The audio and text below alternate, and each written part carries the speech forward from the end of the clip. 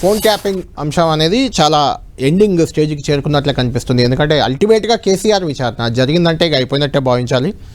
దీనిపైన చర్చిద్దాం. మనతో పాటు డిబేట్లో జాయిన్ అవుతున్నారు కాంగ్రెస్ పార్టీ నుంచి ఆ పార్టీ ఎమ్మెల్సీ అద్దంకి దయాకర్ గారు, అదేవిధంగా బీఆర్ఎస్ పార్టీ నుంచి ఆ పార్టీ ఎమ్మెల్సీ తక్కలపల్లి రవీంద్రరావు గారు కూడా మనకు జాయిన్ అవుతున్నారు.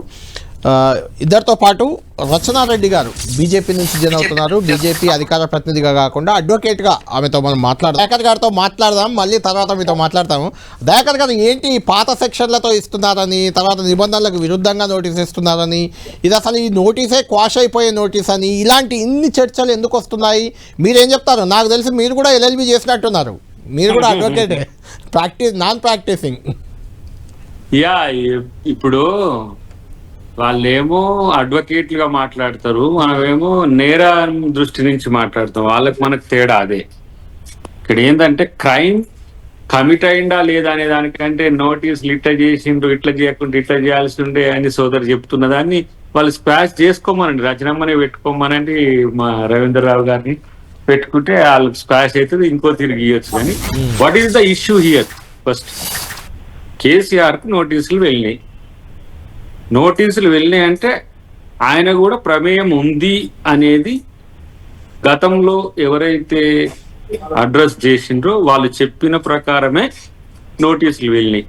అది కేటీఆర్ చెప్పిందైనా, హరీష్ రావు చెప్పిందైనా, సంతోష్, మాకేం తెలియదయ్యా, మొత్తం ఆయన చేయమని చేసినామా. వాళ్ళు బయటకు వచ్చేమో ఏ కక్ష సాధింపు చేస్తారా, చూస్తాం, అట్టెట్లా చేస్తాం, మిమ్మల్ని ప్రశ్నించినందుకు మమ్మల్ని ఇట్లా చేస్తారా, అట్లా బస్తీ మీద సవాలని తొడగొడుతుంది. కానీ పోయి చెప్పింది వాళ్ళు అదే. లేదు కేసీఆర్ నోటీసులు ఎందుకు వస్తాయి?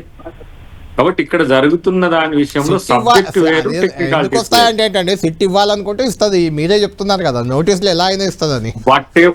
వాట్ ఎవర్ ఆయనకు కన్వీనియన్స్ ఎట్లా ఉందంటే, పెద్ద మనిషి అనేది కాదు, మాజీ ముఖ్యమంత్రి కూడా కదా.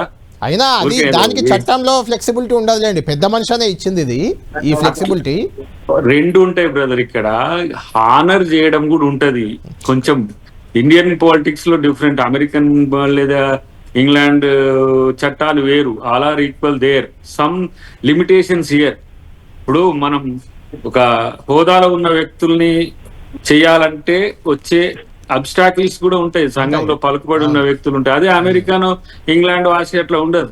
తప్పు చేస్తే కామన్ మ్యాన్ ఎట్లనో అట్లా ఉంటది. కాబట్టి ఇప్పుడు కేసీఆర్ ని మనం కామన్ మ్యాన్ గా ట్రీట్ చేసినాం అనుకోండి, నువ్వేమంటావు? అరే ఒక మాజీ ముఖ్యమంత్రి తెలంగాణ తెచ్చినోడు గిట్లెట్లా చేస్తారా, గట్టెట్లా చేస్తారా, నువ్వే అంటావు లెక్క. కాబట్టి ఏదున్నా ఫస్ట్ మేము క్రిమినాలిటీకి సంబంధించిన అంశంలోనే ప్రొసీజరల్ గా వెళ్ళడం అనేది జరుగుతున్నది. నాకు ఇట్లా రావడం ఇష్టం లేదని కేసీఆర్ గారిని చెప్పమనండి, ఆయన ఎట్లా వస్తాడో అట్లనే రప్పిద్దాం. లేదు టిఆర్ఎస్ వాళ్ళు ఇది ఇచ్చిన నోటీస్ తప్పు అంటున్నారు, కానీ తప్పును తప్పు అంటలేదు. ఇది సమస్య కదా.